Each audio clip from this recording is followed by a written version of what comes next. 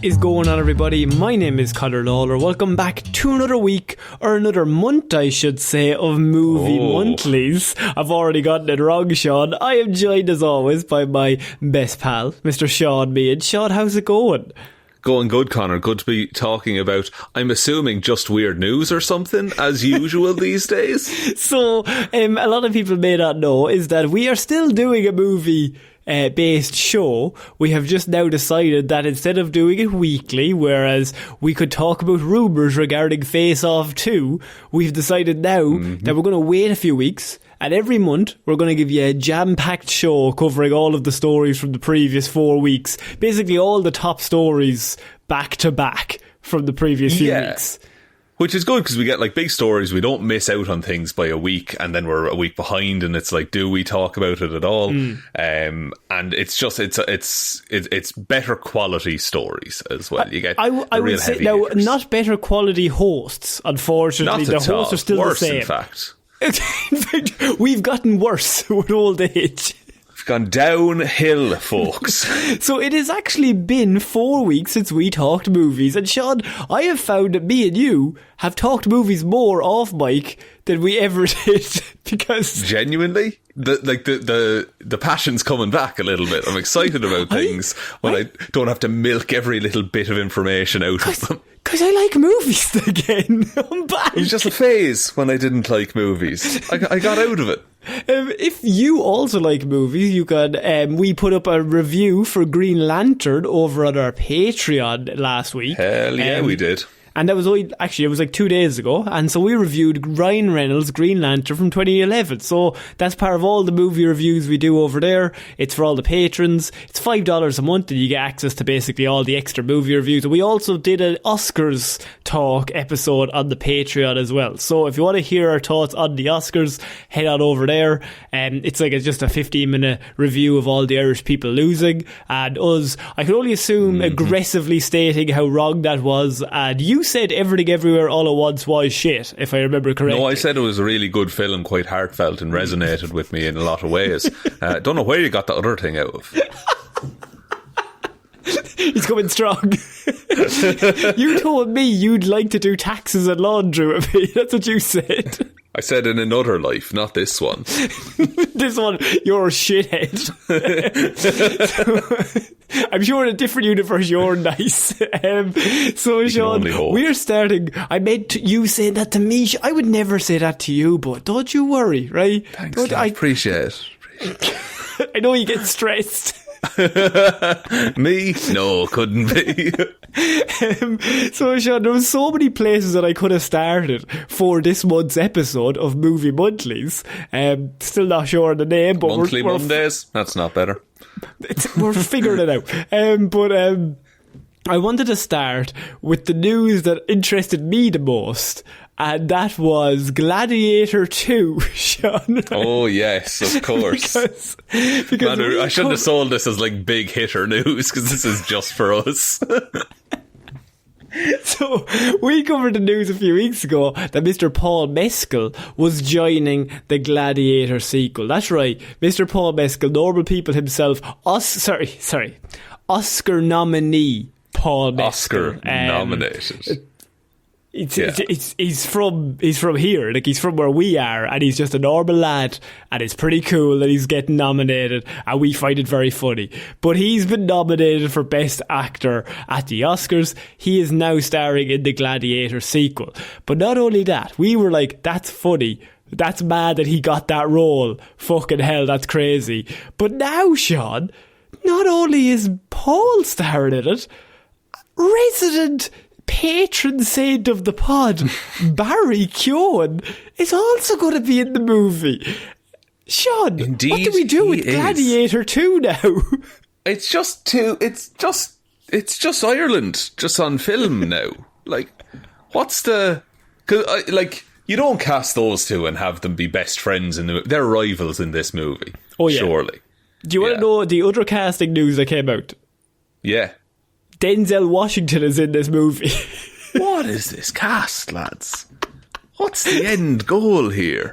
Like, we were like, Gladiator 2, how is that movie even going to work? And now they've decided to do the Dungeons and Dragons thing, where you basically just get the best cast ever, and you can't say anything bad, because everybody that joins, you're like, fuck, they're really good. They wouldn't join something bad. It's like, God, I want good things for them. So I guess I have to support this now. So, I mean, we've got Barry on one side, and he will probably end up playing, I can only assume, as Barry's very good at playing a bastard, the Emperor. While Mescal will be playing Russell Crowe's son. You're going to say he's going to be the after son of Maximus Decimus Aurelius? Yes. Oh, boys. Yes. He's back. It's been 30 days since a movie pun, but we're back. So Paul Mescal will be playing Russell Crowe's son, that is Maximus Decimus Meridius, if you remember correctly, if you probably forgot. And what's going to happen is you've got two Irish lads. I have one question, Sean, in regards to this whole production. What's the accents? What's the accent situation? Whatever accent they show up with on the day, clearly. You just... I don't know if I'll buy either of them with an accent that isn't their own. It's not that I don't think they can't do it. I just think they shouldn't. No, I think for our amusement, maybe on the movie's benefit, it would be better if they did an accent, okay? But for me and Sean, and only me and Sean, I think those lads should come in and Barry should go, "You're fucking dead, mate." And then Paul should go, lad, for fuck's sake, that's fucking mad. So I'm after killing a load of lads. It's like you ran the script for Gladiator through an Irish slang dictionary. I want that for... Fair enough, do an accent, a straight-laced down-the-line version first. But then dub it over and have the two lads just do it themselves. They dub themselves. And summarise it. Yeah. like he's doing the big speech, I am Maximus Decimus Aurelius' son, father to whatever, and then at the end it's just like, I'm great crack. That's the dub. Now, what I will say, the press tour for this movie is going to be a delight. Barry and Paul and Denzel on the press tour.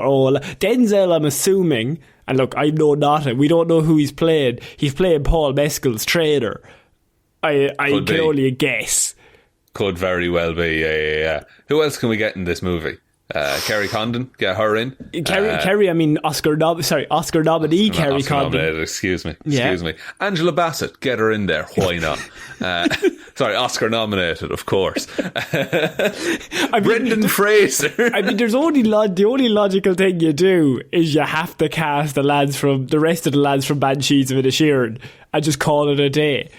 Just for a day out, like. Yeah, like you bring it in Gleeson, you're bringing in Colin, and just being like, lads, go mad. And they can just be warriors in the back. Like, I think Brendan Gleeson could play a shithouse, like an ass kisser to the Emperor, who is Barry.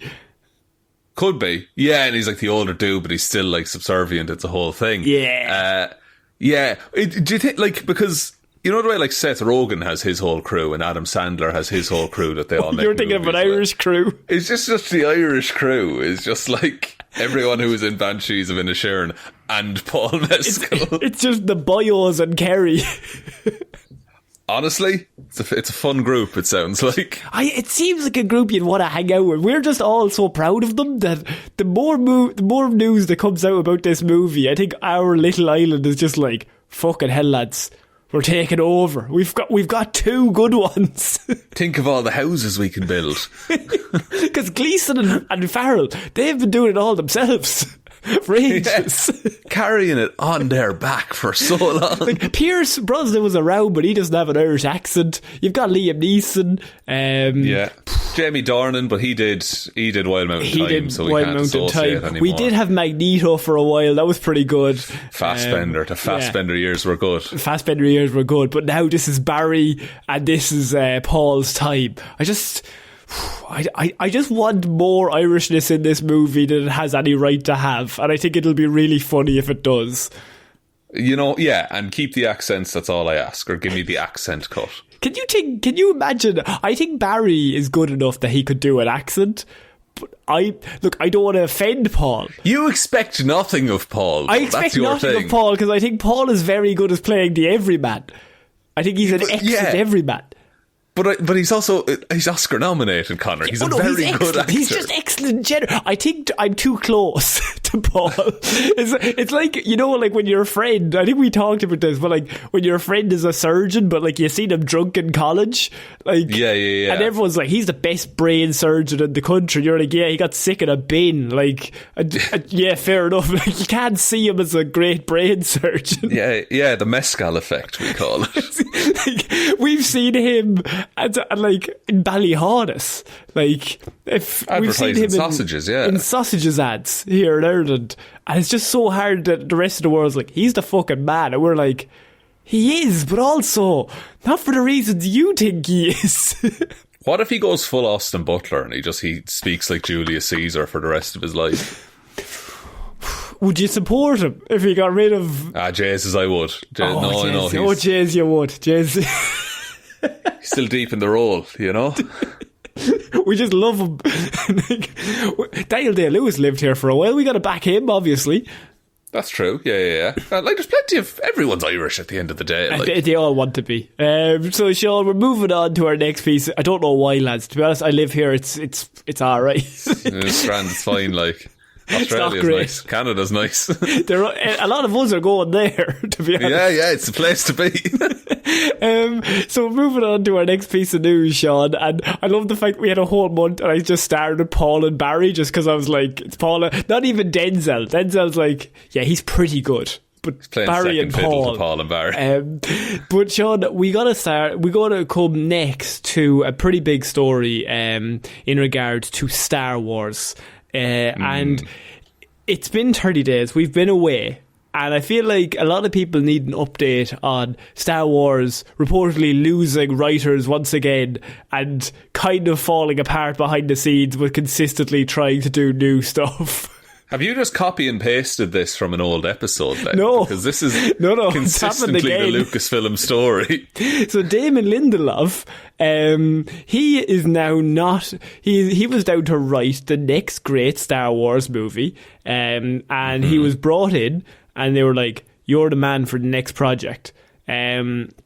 But a new report has said that both Lindelof and Justin Britt Gibson have stepped away from the project now. So Star Wars has consistently now lost another writer for one of its projects that it had planned. It was meant to start filming next year for a 2025 premiere. Now the movie is no longer happening and is in limbo.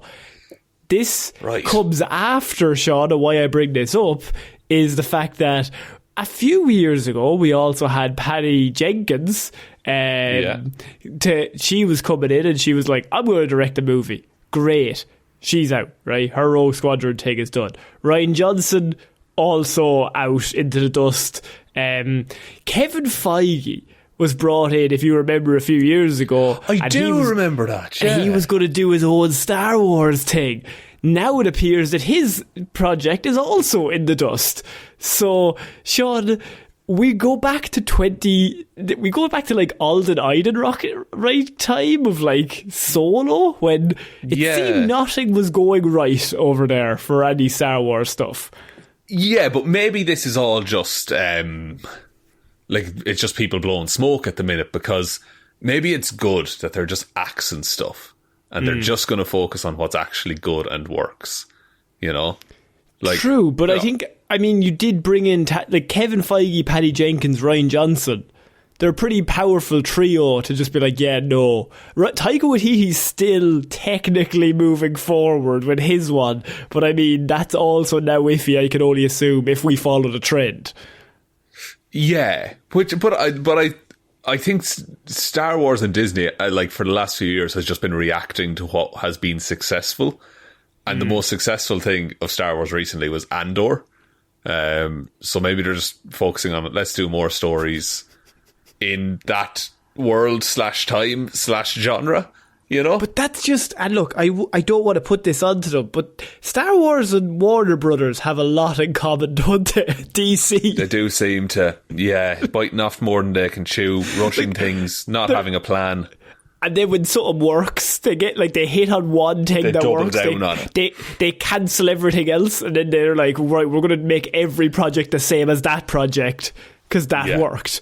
DC did that with Deadpool. That wasn't even their project. No, yeah, but they decided that was the most successful thing and would be the most successful thing forever. Forever.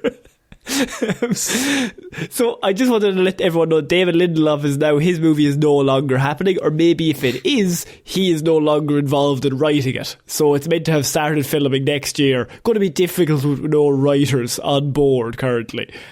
Well, look, people have made movies without scripts before, and that's always gone great. It's only ever been good. Their output at the minute, like with Lucasfilm, it's very much Disney Plus shows, like you said. Like they have Andor, they had Obi-Wan Kenobi, which I think that series should have been better than it actually was. And yeah, I had fun with it, but yeah, I get what you mean. Like I think it should have been. I think we all expected it to be just amazing, and then it was good.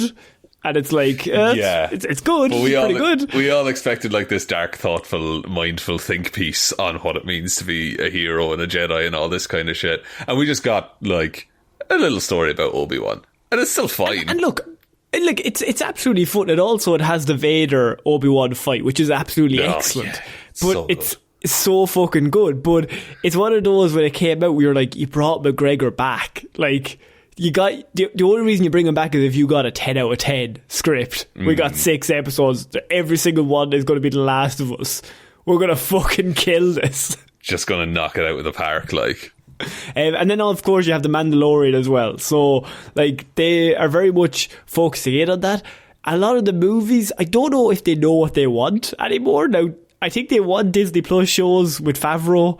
But they also are like, yeah, but a movie makes a lot of money, but we just can't get anyone to write a movie that we like. Because David Lindelof came out and has actually said that, like, there was, I will just say, for reasons that I can't go into on this Sunday morning, on this, the degree of difficulty is extremely, extremely, extremely high. If it can't be great, it shouldn't exist, he said.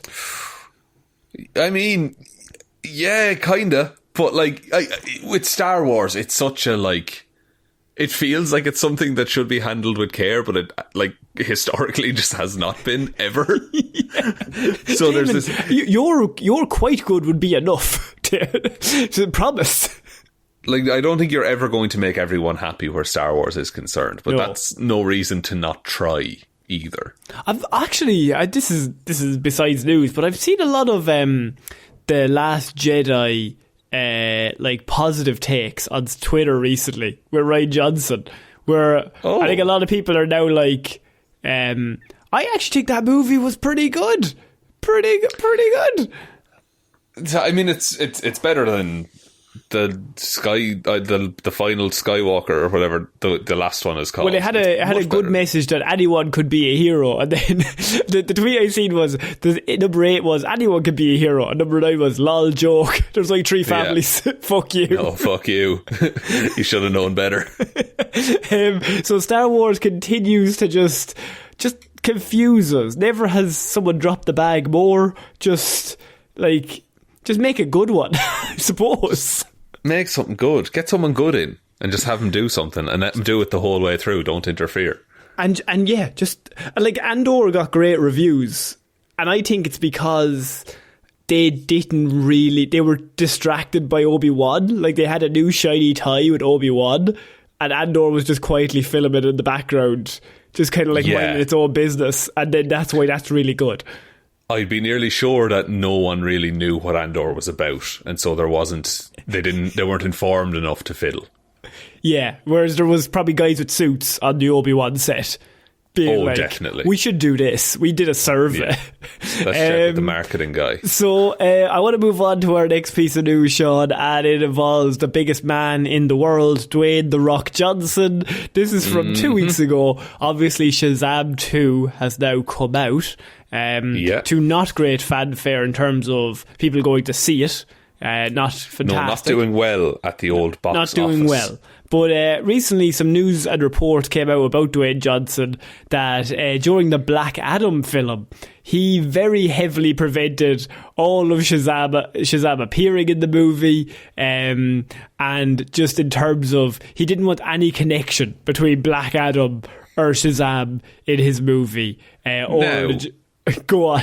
You're a DC fan, correct? Yeah. Are Shazam and Black Adam usually connected in any way? I would say they are literally the Batman and Joker, or Lex Luthor and Superman, or any of the bad guys, mortal enemies. Just kind of mortal enemies. I would say Wonder Woman, Cheetah, maybe. Maybe someone could kind of disagree in terms of Wonder Woman's big bad, but I would say if you got one, then normally when the other pops up in a comic book, you're like, oh, this is going to be a good story. We've got a proper hero, proper villain kind of story. The idea that he came in and was like, we don't want to have anything to do with Shazam. Shazam's a fucking dickhead. I'm Black Adam and I'm the best.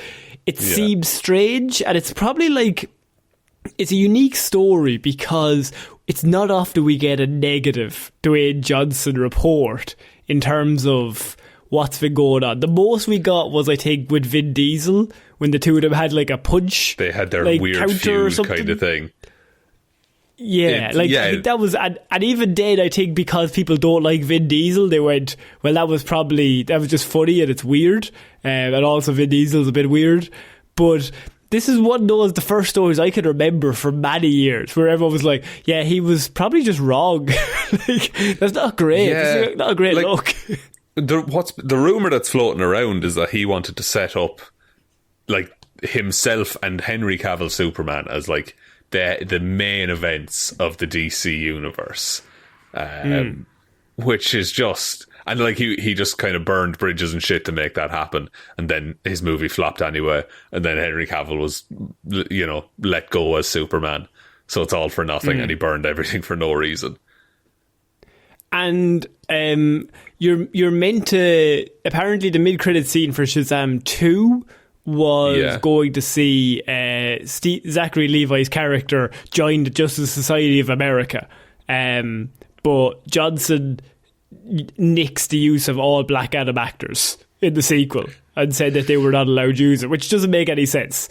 No, and why does he get that kind of say as well? Like, why is he so heavily involved in another film that he's not even in, that he wants nothing to do with? Like, yeah, it's just, the whole thing is just really strange, and it's just, it really gives off the impression of like two lads in the playground, like punching the head off each other, like these two guys, and the school is on fire, but they're like not concentrating on the fire. They're like, yeah, I'm gonna get one over this guy. There's just a big bang of desperation off the whole thing, where he just wants to be he wants people to take him seriously as an actor, but he also doesn't play anything but himself, but he wants to be the big hero, Yeah. Which Black Adam isn't even a hero. Like, he's an anti-hero, but not the way Dwayne Johnson plays. To be honest with you, he's a fucking dick most of the time. An awful man. Like, he's killed a lot of people in comic book justify the means kind of man. Like, he will just kill anyone that he wants, mostly. And Shazam's kind of like, guys, we should probably not kill people. And Black Adam doesn't like that. No, Black Adam's like I don't like Dwayne Johnson. Like, I know we have this feud with The Rock going for a long time, but it's just the whole bit of nicest man in the world is just really tired. I think maybe you're just tired, Sean. Maybe you become cynical in your old age. I've been cynical for ages. Like, have you listened to any of these shows? No, I think this is one of those that, like, he's just outright wrong, and I think he went way too far. I think he came in with the idea of Zachary Levi's Shazam is shit. We're going to make a cool one. I don't want anyone in related to this to do anything in relation to that, because it'll bring us down. Because his idea was they're going to start off a lot more movies, and it's just reading the room wrong completely. Because everyone was kind of like, yeah, but we don't even really want you, because James Gunn just came in like 2 months before this. And announce what everyone was hoping would happen, which is a full reset, not limping along. Yeah, like you're out anyway. So if you're out anyway, I mean, at that point, who gives a shit? Just let them appear. Now, maybe this actually happened. Shazam 2 was meant to come out before Black Adam.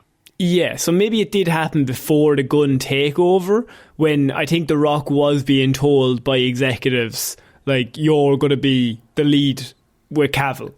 You and Cavill are going to be the lead. We'll give you whatever you want. We're going to give you a shit ton of money, and the two of you just carry it.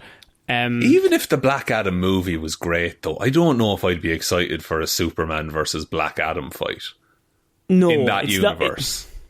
No, I mean, to go from Batman versus Superman to Superman versus Black Adam seems kind of strange. And like Batman versus Superman was not good either. No, but like if you in terms of name recognition, you've got lower in the sequel, really, rather than better. This is true. Like the Rock is simultaneously one of the biggest, most juiced men in the world, but also has the most fragile of egos, it feels like. It's just, I'm interested to see how, and it's also his PR team is massive, so the fact that they couldn't quell this is kind of interesting to me. Well, Zachary Levi talked about it on Instagram and shit as well, didn't he? Like he basically confirmed all of the rumours. I think Zachary's doing the old look over there. Let's not talk about me, guys. Not a great guy either, as it turns out. Tilda Swinton also found out this week. Not fantastic. Okay. Look. Who can say? Okay, we're going to move on to our next piece of news, Sean, and we are talking about James Gunn's Superman, because news came out in the last few weeks that James Gunn will be writing and directing DC Universe's upcoming Superman Legacy movie. So this is the movie that's going to launch the new universe that he's creating, and I think we already kind of knew, but we didn't know. It was not announced who was going to direct it. It was just James Gunn's writing it. And I think when we went through like the upcoming slate, I think we were like, it would be really weird if he gets somebody else to direct that movie if he writes it. Because not only is it Superman, but it sets the tone for what the movies are going to be like that come after Superman. And because Superman, like, they're building this universe around this new all-star inspired Superman, like, if you're you want to get that right, and you want to be like, no, this is what he is, this is what he's about, and lay it all out. There's no better person to direct that than the person who wrote it.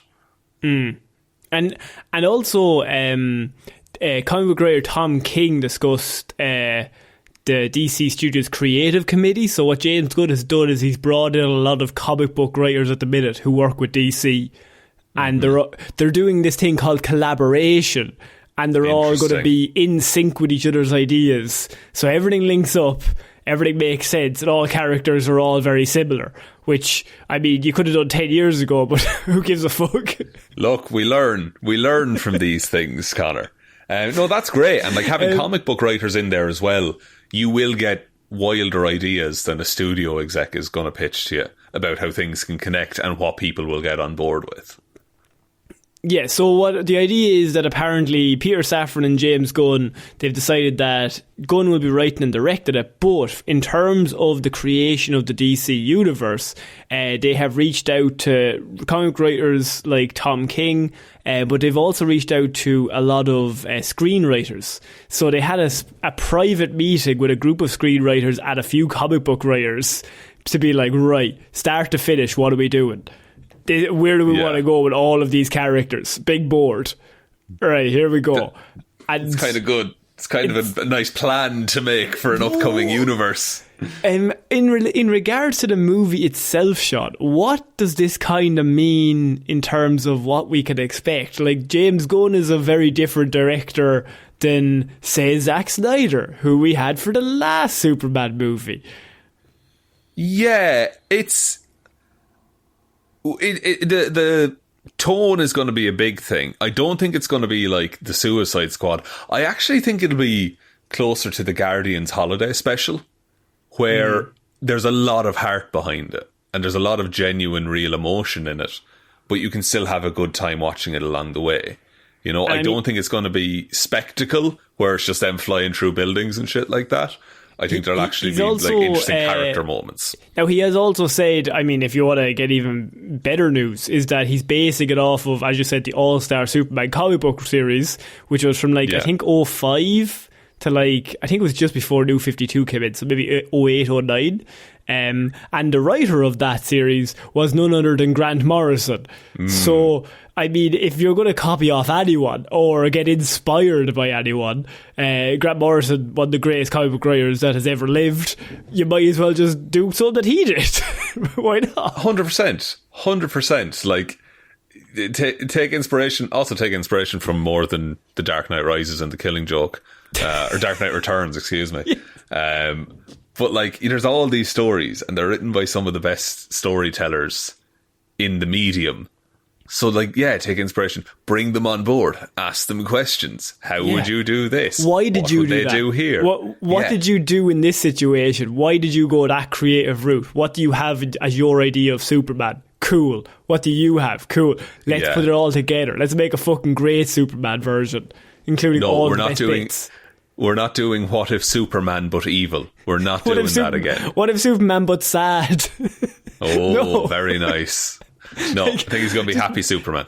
Just make Superman as a nice man, and he's just trying to do his best, and the world's fucking shit around them, and he's just like, dude, come on. But he's also not sad about it. He's full of hope. He's just like, we can be better.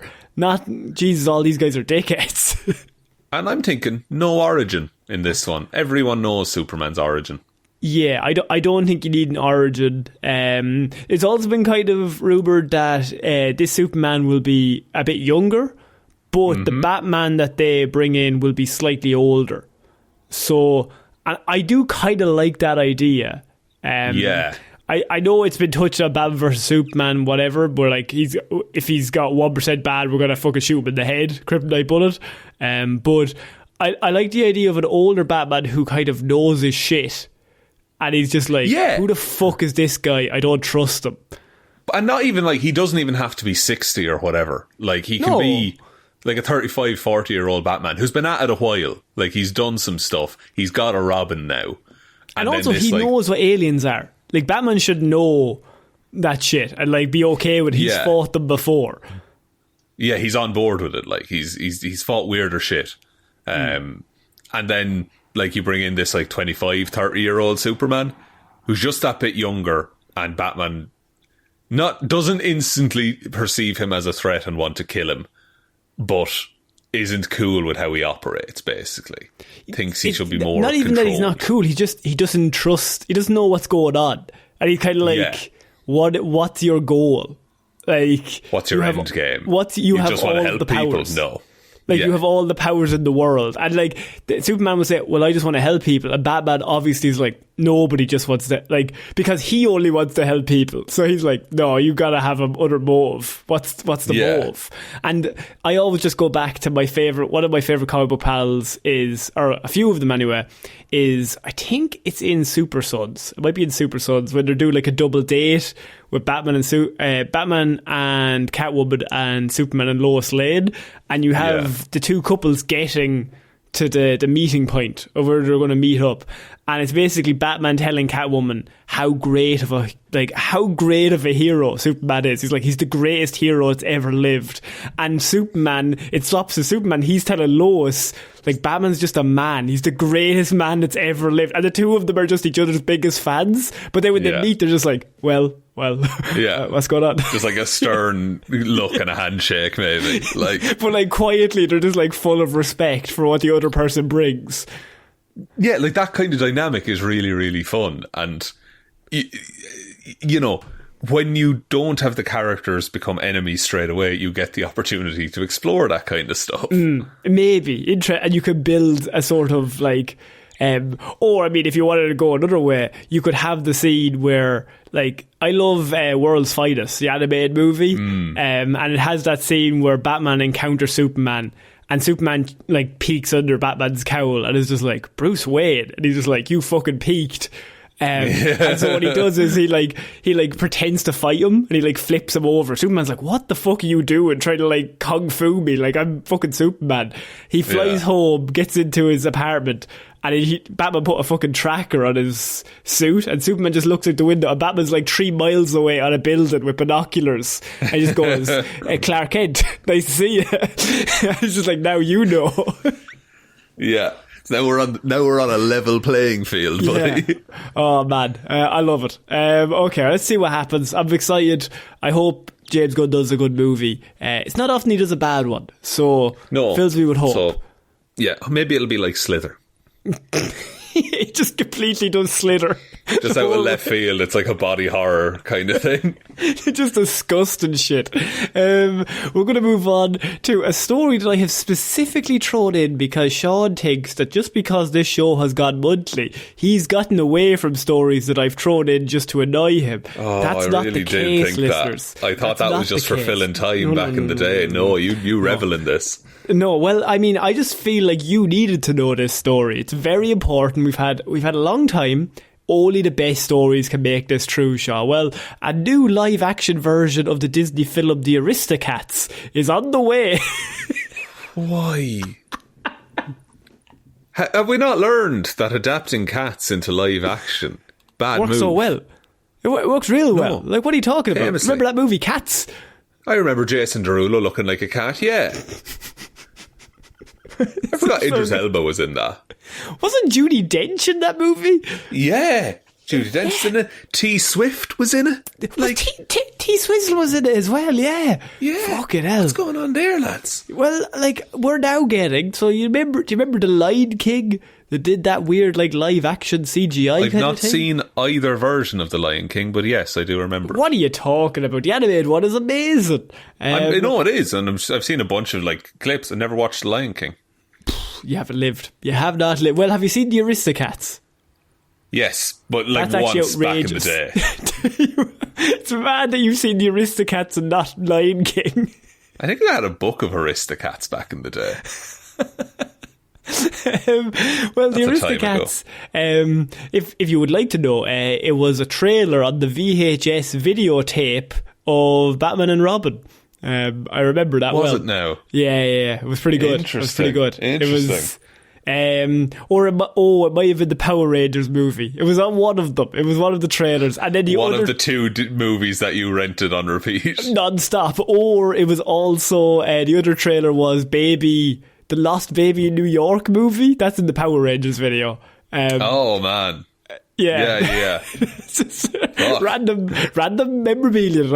I just have it in my brain. But yes, if you don't know what a VHS tape is, I can't help you. I'm very old. We're too old. You shouldn't be listening to this. The Aristocats, a live action version. Sean, how excited are you about this new announcement? Not excited at all. I've never been less excited about anything, I don't think. Who cares about this? Who likes the Aristocats so much that they want to see it in live action that they won't just rewatch the animated one? You need a live action version.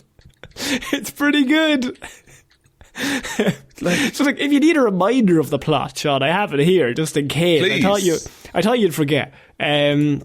It's about a group of pampered cats living in Paris who are in line to inherit a fortune from their pet owner. But when their owner's butler jealously kidnaps them and abandons them in the French countryside, they must join forces with a streetwise tomcat to get back to the city. It's a fucking fantastic story idea to put in a live action movie 30 years later. I mean, like, it's wonderful as an animated tale for children, a storybook perhaps, but why do I want to watch? What's better about this if it's real cats? I hope they bring back Jason Derulo. Like, I don't. Oh man! Jason Derulo constantly just appears in cat-based live-action movies. That's his writing. Anytime there's a cat movie, he has to be in it. His agent reaches out to them. It's like, Jason's in. What are you offering? What slowed down song are they going to use in the fucking trailer for this one? Is there any Tom original Jones. songs in Aristocats? Tom Jones, very good. Pussycat, whoa, whoa, whoa, but like What's real the slow Pussycat? acoustic version. Yeah, you're right. No, what? You're entirely right. Yes. I'd bring in Tom. Give Tom a paycheck for doing that in slow version. He Tom can still do going? it. Yeah, Tom's still going. Tom's still going well. Fucking dude, I'm not accusing me of anything, but I'm just... Tom's fantastic. He's on the Voice UK these days. He's living it up. 1940 he was born. Jesus Christ. 82 years old and still fucking singing and dancing. And he sounds pretty good for a man who's been singing for he's still got it. He's still got it. I suppose he started low. Like he was low when he was 20, so he could just continue to be low. That's true. And also, sorry, Sir Tom Jones. How dare you? Sir Tom Jones, yes. I think I said Tom Jones first though, but Sir Tom Jones. But yeah, I just wanted to throw that news story in to ruin your day, to be honest. That's, yeah, you've succeeded. Well, if you want some good news, I have a follow-up report on a story we talked about a few months ago, and that is Blade. Mahershala Ali, Oscar winner. Not nominee, winner, Mahershala Ali. He is cast as Blade for Marvel Studios, a studio that never does anything wrong ever. And he has famous. A lot of big wins these days. Nothing but net, as they say. But he has been cast as Blade, and a few months ago it came out that they were maybe having a bit of a delay in production due to the fact that the script was absolutely fucking dog shit. And that was hindering them greatly. Wasn't there something like the script was 90 pages long? And a lot of it was just fight scenes. Yeah. And apparently the further news is that Blade's Mahershala Ali has requested multiple script changes. The script changes were were all the time for a number of months because of Ali, because he kept reading it being like, this is really bad. And the setbacks to the production stage were over and over and over again, because the delays were just like, every time they tried to film something, Ali would then read the script and go, this doesn't work, rewrite it again. Here's the thing, if this story had come out 5-10 years ago, I would put that down to an actor being difficult. Yes. Now I'm like, no, this is an actor who knows their shit and isn't willing to be taken for a ride on this and knows he can call them on this stuff. The idea is because he's one of the best actors working in the world, and I don't think it's in a way that's I don't think he's doing it because that's not my character. I think it's mostly he's read a lot of Blade comic books and they gave him something that wasn't really good, and he was like, I don't think the fans are going to like it, and also this doesn't make any sense because 30 pages from now you're going to do something different. This isn't like Fast and Furious, we have a number of times we've been punched contract. It's genuinely just, no, this story isn't making sense, it's not true to the character, it's not tracking right, we can do better on this, now is the time to do it and not just fix it in the edit.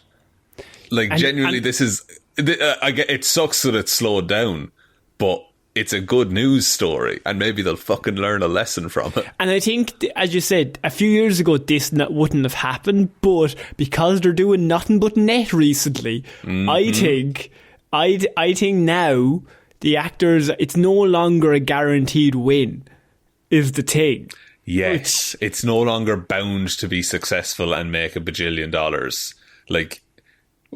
We have to make good movies if we want people because there was a few years after Guardians of the Galaxy when it was just, once Guardians worked, it was like, well, fuck it, here we go.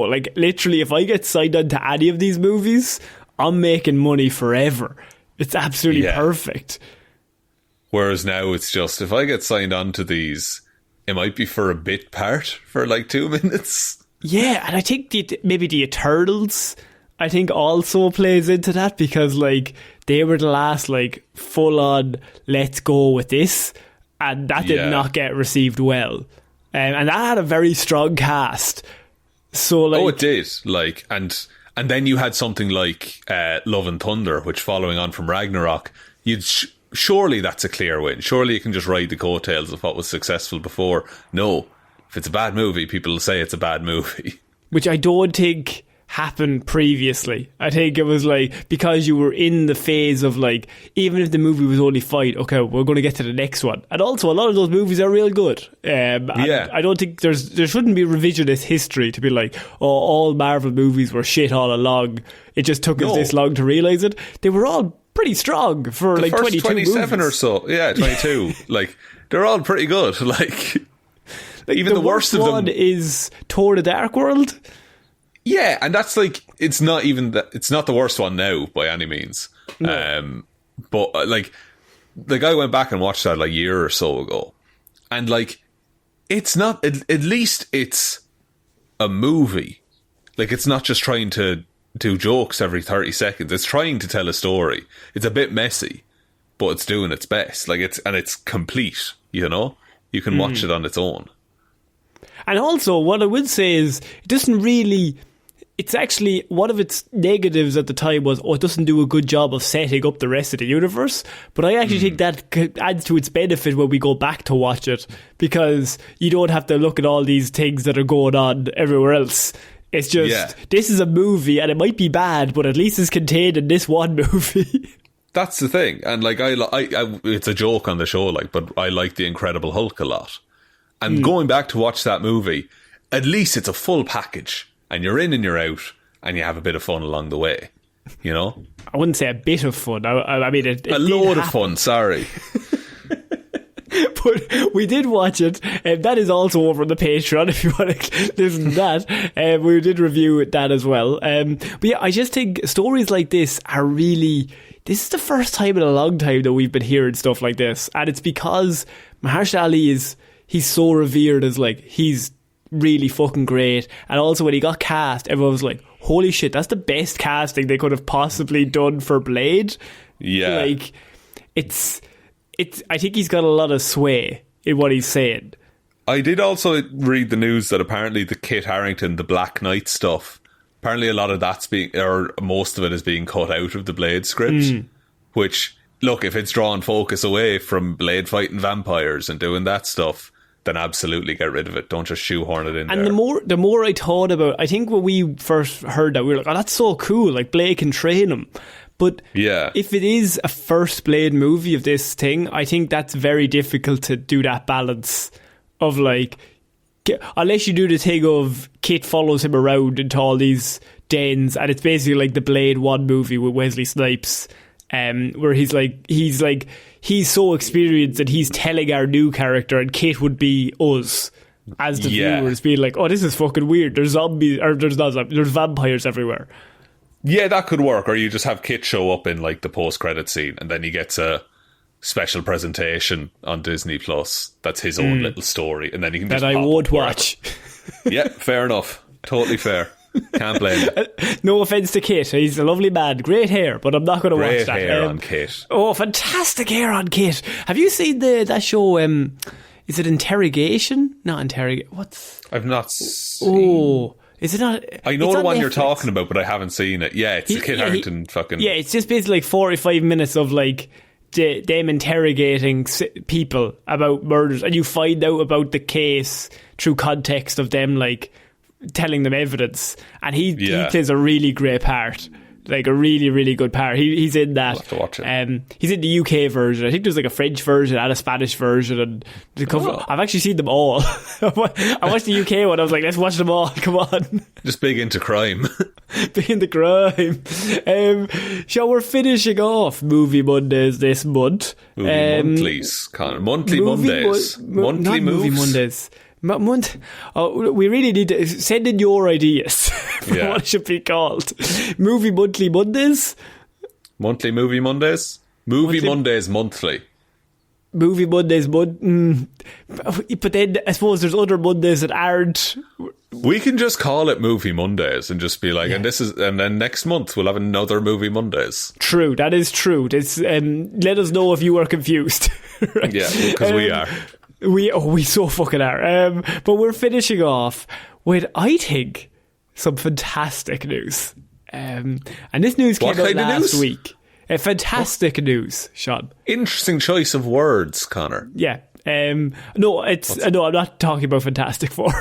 Oh, right, okay. Jesus, I thought you were setting up for something there. They got a writer on with like Avatar Way of Water's writers coming in to do that. Yeah, that's what I thought the news was, and I was like, oh, we're finishing on that. That's cool, I guess. No, Sean, we got bigger fish to fry. Right, we got the Batman 2. Reportedly includes a live-action supervillain known as Clayface in a major role, if the report is to be believed, Sean. Years. Like, I think episode fucking 19 or something of this show, we pitched a Clayface Batman movie. I remember being a child and being like, wouldn't it be cool if Clayface was in the Batman? That would be such a good idea. And I don't know if that audio even exists anymore. It's got to be somewhere. There's a video on the Instagram. You'll have to scroll back a bit to find it, probably. But there is a video where it's like a 1 minute thing where we talk about it. And you can also tell our different mics, because we were literally like just started. Yeah, it's not good. No, the audio by all means terrible. But the content also terrible. But we love Clayface. So this is before Barry came along. BB. Clayface was our big pitch for the Batman for so long. We were like, you have a movie where the Batman is new. He doesn't know what he is, which is something they did. But our pitch was the villain should be Clayface because he can be whatever he wants to be. He can constantly morph into somebody else. And Batman can't. He's just stuck there and he has to grow. Yeah, and he has to accept both sides of himself, that he's Batman and Bruce Wayne, which he hasn't quite done yet. As of the end of Batman 1, he's mostly Batman. And you had the great thing of like Clayface has this whole thing to him of like, no, you're still wearing a mask, like you're pretending to be something you're not, and he's like, he needs to deal with his parents' grief before he can actually fucking help people. Like, it's so good. I don't know why it's taken this long. Like, Clayface is a villain they never touch ever, but like it's something that I was always like, he's such a good villain to do in movies because he's fucking weird and he's icky, but he's also, and like, I don't mean this as a pun, he's really, really adaptable, right? In terms of, he can be whatever you need him to be. There's been versions of Clayface that he's just a disguise guy, right? Yeah, like, and there's been versions where he's good. There's been the version that I assume they're probably going to go is with the actor Basil Karloff? Yeah, Basil Karloff. He's the actor on TV or in plays. He gets into an accident and he becomes Clayface, and he's like he's all about appearance. He's obsessed with like not aging, and he's like, I'm going to be the best actor of all time. Like, he sees a wrinkle, he's like, they're going to kick me off the TV. Everyone on the TV has to be beautiful, and then he gets turned into a monster. And now, I don't know, will they do Big Clay Monster in the Batman universe? But he could be like a disguise guy, could be a fucked up plastic surgeon, and then that's how you do Hush in the third movie. Yeah, and I don't know what way they're going to do it, but like, I think it's fucking fascinating that they're even going to go that way. Like, the first thing I always think of is the animated series. That might surprise you, Sean, for Batman the animated series. It's your main frame of reference for most Clayface things. It's not even Batman. I mean, it's the best Batman. It's the iteration of Batman ever put on screen anywhere.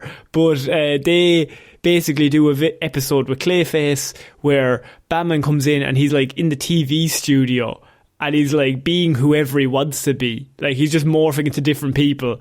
And Batman's, the way he defeats him is like, he has it on all the screens. He has the camera with the Clayface. Like, he's like, this is what you look like now. Like, stop trying to be somebody else. And Clayface goes mad because he can't accept the fact that he's now a monster. He can't accept who he is, and that's his undoing. Like, and he's the perfect villain. Like, he's going to do bad things. That's a given. He's a villain, but he's one that Batman could, rehabilitate and learn from lessons in the past, where he's just throwing them in jail. It's like this could be an effort towards let's work on this dude and like help him. Yeah, and because Clayface has been good in the comic books as well, like and he's been part of the Bat. I'm going to say the Bat family, but you just mean like the bigger people like trying to help Gotham for the last few years in comic books. I don't know if he's got evil recently, but a few years ago, last time you checked in, it was a few years ago. I was reading like a Nightwing comic book, and he popped up, right? And he's like, "I'm with you guys. Don't worry about it." I'm like, "Cool." Like how Poison Ivy is on side sometimes and things like that. Yeah, and like the Riddler was a good guy for a while, because these characters are like you can adapt them to whatever you need them to be. It's not like Joker. He's just an outright serial killer. You can do something interesting, and you can still go the route of like Batman doesn't know what he is yet. He's kind of halfway there to where he's meant to be in this universe, as we see from the first movie. Now we've got a villain who can kind of change, and Batman's got to change who he is and like become the proper hero, while Clayface can be whatever he wants. And there's like that mirror image. Also, a really good opportunity for more detective stuff. Because if you have someone that, you know, looks different every time he commits a crime, you have to go the investigation route hardcore into trying to find talking Pattinson's picking up patches of the clay at crime scenes, putting it under microscopes, trying to figure out how it works, trying to figure out ways that he can stop it. Like, he's got the big back computer in the cave, and it's just like, what is this stuff that he's made of? How do we stop him? And I would always assume you stop him with freezing him. That's normally a good way. Or games. There's also an episode of the animated series where Robin follows a little girl, and it turns out the little girl is actually Clayface. Clayface is half dead, and as his last resort, he creates like a tent of himself as a little girl, and goes running for help to try and find out what's out there. Robin saves her and then finds out that she's not even a human. She's part of Clayface. But like, she forgets that she's part of Clayface. It's a whole thing. What about the episode of the Harley Quinn animated series where Clayface's hand becomes sentient and becomes best friends with Jim Gordon? What about the part when he goes, Lady Gaga? Lady Gaga. Alan Tudyk, man. What a Clayface. I don't know what you're going to do with this. I know it's a good idea, and I also know Matt Reeves is a fucking genius. So let's just see what he fucking does. Would you do body horror, or would you do like... I'm going to say the other side of that is not body horror, but I don't know how better to word that. I think instead of like... so instead of the aliens from Slither, it would be more like the aliens from District 9, where it's a realistic but different and strange enough to be noteworthy, but it's not. You're not going there just to see fucked up Clayface effects. And I mean, he could be going around. What version of Clayface are we taking? Are we taking Operation Gone Wrong? Like, something happened while he got injected by something that would help him like be young forever, or are we taking like falls into a big vat of weird shit? I think Operation Gone Wrong. I think don't do the vat of chemicals in this universe. Maybe you get one of those. Maybe Barry already fell into it. Yeah, I think you do the actor. They have this last ditch operation that they're like is gonna heal you. But it is also, I understand, it's a bit out there for this universe, because this is a very grounded universe. So it's very difficult I don't know how exactly they're going to get around this, because we don't even know what exists in this Gotham Elseworld that's going on. No, like this is all we've seen. Like we have one frame of reference for this. But that's kind of nice, because it means you can do whatever you want and just build that into the universe. Then you can just scale it. Matt Reeves is the one doing it, so assumedly he knows what he wants the limits to be. And also, I mean, it works better if Batman hasn't seen anything like this before, and we're like, what the fuck is this? Yeah.